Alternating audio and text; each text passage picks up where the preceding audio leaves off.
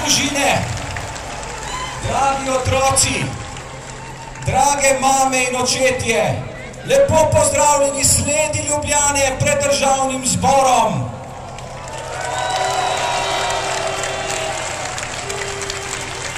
Med nami je nekaj uglednih osebnosti slovenskega javnega življenja. Tukaj so poslanke in poslanci Slovenske demokratske stranke. Prihajajo poslanci Slovenske ljudske stranke.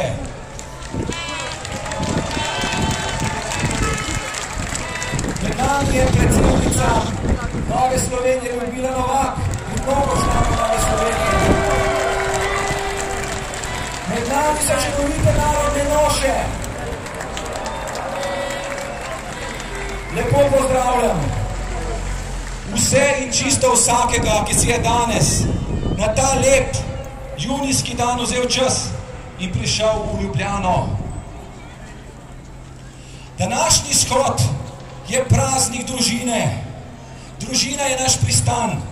Družina je vir naše sreče. Otroci so naše upanje.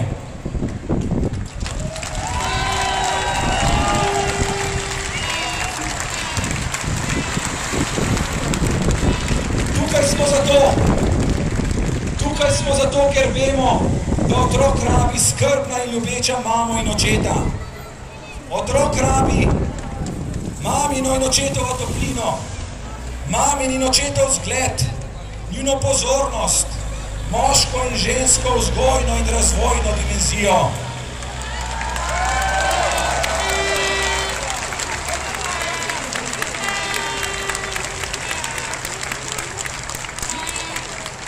Če smo imeli kot otroci srečno ali pa nesrečno družino, vemo, kaj pomeni mama in kaj pomeni oče. Mnogi med nami smo sedaj tudi sami starši in vsak dan, iz dneva v dan izkušamo, kaj pomenim jaz kot oče za moje otroke in kaj pomeniš ti kot žena za najne otroke.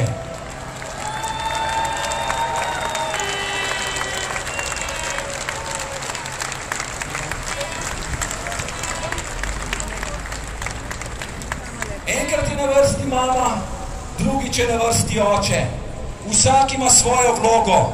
Mama in oče se pri vzgoji in v družini dopolnjujeta.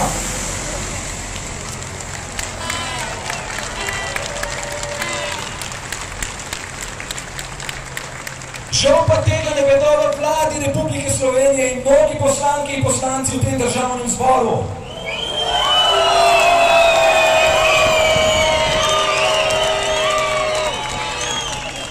Kaj je otrokova večja korist kot to, da ima dobra mama in očeta? Kaj je otrokova večja sreča?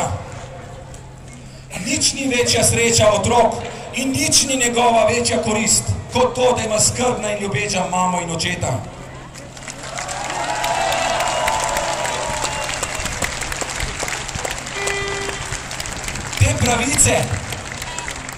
Te pravice, da imamo mamo in očeta, nam ni dala država, ampak je dano po naravi, zato nam država te pravice ne sme odvzeti.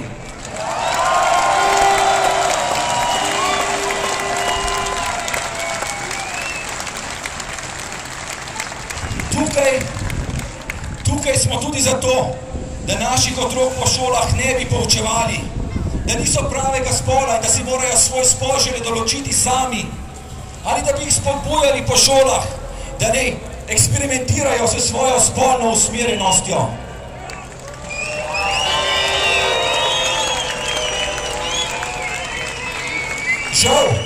Žal se tudi to dogaja po slovenskih šolah in žal brez vednosti in soglasja staršev.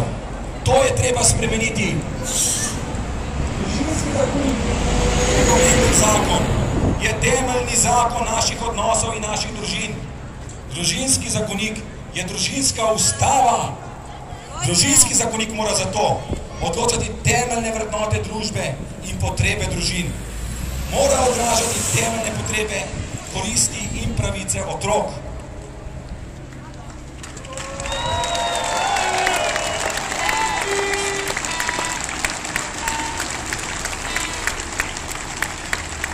Vsi vemo, da danes ni lahko vzgajati.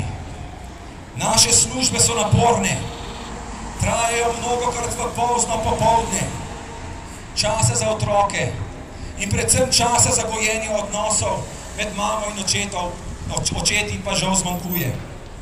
Mnoge družine se slabimi in nerednimi plačami s težavo prebijajo iz meseca v mesec. Mnogi starši so brez službe. Otroke potrošniški svet že zelo zgodaj vleče iz družinskega kroga. Zakaj je v naših družinah toliko nerazumevanja, stisk in žal tudi nasilja? Zakaj je toliko ločitev in družinskega trpljenja? Zakaj se toliko naših družin prepira zaradi dediščine? Zakaj je toliko osamljenih, samim sebi in domovom za ostarele, prepuščenih starih mam in starih očetov? To in seveda še marsikaj drugega so resnični problemi slovenskih družin. To so vprašanja, ki bi morali biti prava tema ukrepov družinske politike. Ne pa to, da se država trudi razvrednotiti očetovstvo in materinstvo.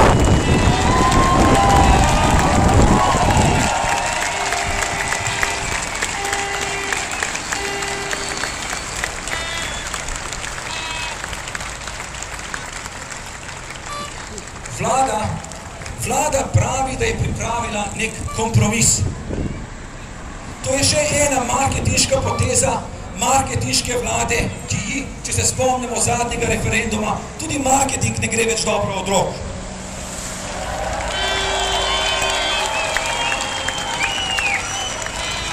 Ne jim verjeti. Nobenega kompromisa niso predlagali, ampak nas hočejo prepeljati žejne skozi vodo. Predlog, ki ne spoštuje mame in očeta, ne more biti kompromis v družinskem zakoniku.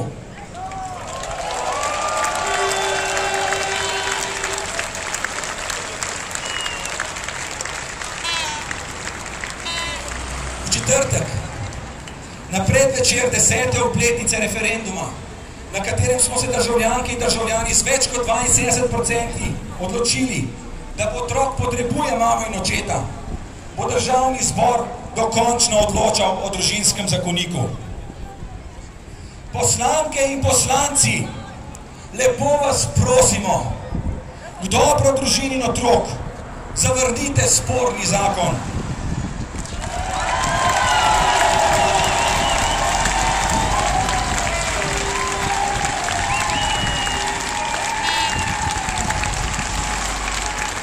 S tem boste preprečili škodo našim družinam in otrokom, ki bi s tem sprejemom zakonika nastala. Vkolikor pa boste, spoštovani poslanke in poslanci, kljub vsem argumentom sprejeli sporni zakonik, od vas pričakujemo, da boste stroške referenduma, ki ga boste sami izsilili, tudi sami plačali iz lastnega žepa.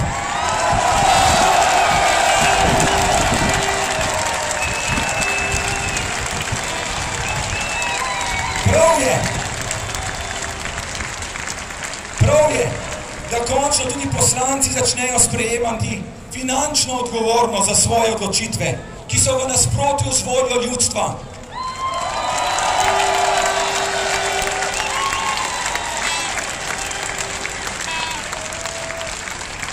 Sprejemanje zakonov, ki jih ljudje na referendumih zavračajo, se je preveč razpaslo.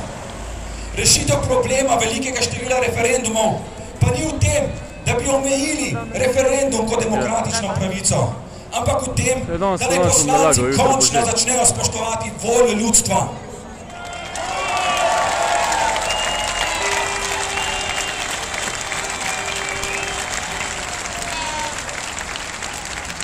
In če bi za svoje napake pri delu plačevali, tako kot mora vsak od nas, bi se tega hitreje naučili.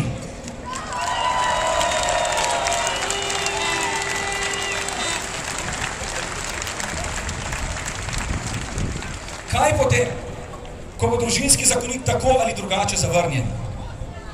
10-letna izkušnja nas uči, da z našim delom ne bomo smeli prenehati. Saj se bomo sicer ob vsaki podobni vladi, kot je sedanja, spet morali ukvarjati z istimi stvarmi, vendar še bolj radikalnimi zahtevami.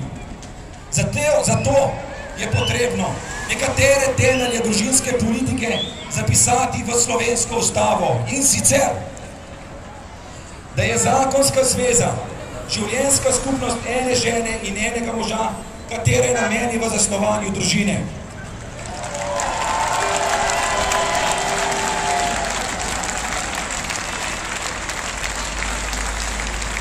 Drugič, da je skupnost ženske in moškega najboljše okolje za razvoj in vzgojo otroka.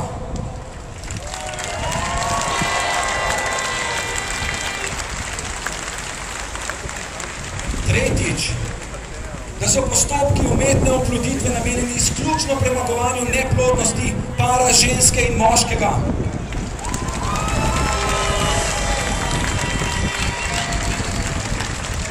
Četrtič, da je tako imenovano nadomestno materinstvo v Sloveniji prepovedano.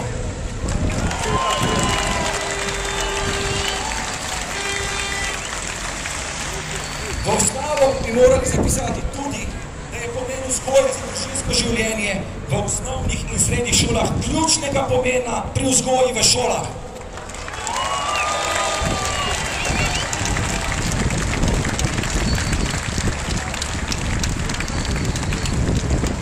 Še enkrat, prav lepa hvala vsem, ki ste danes tukaj, in vsem tistim, ki ste v duhu z nami.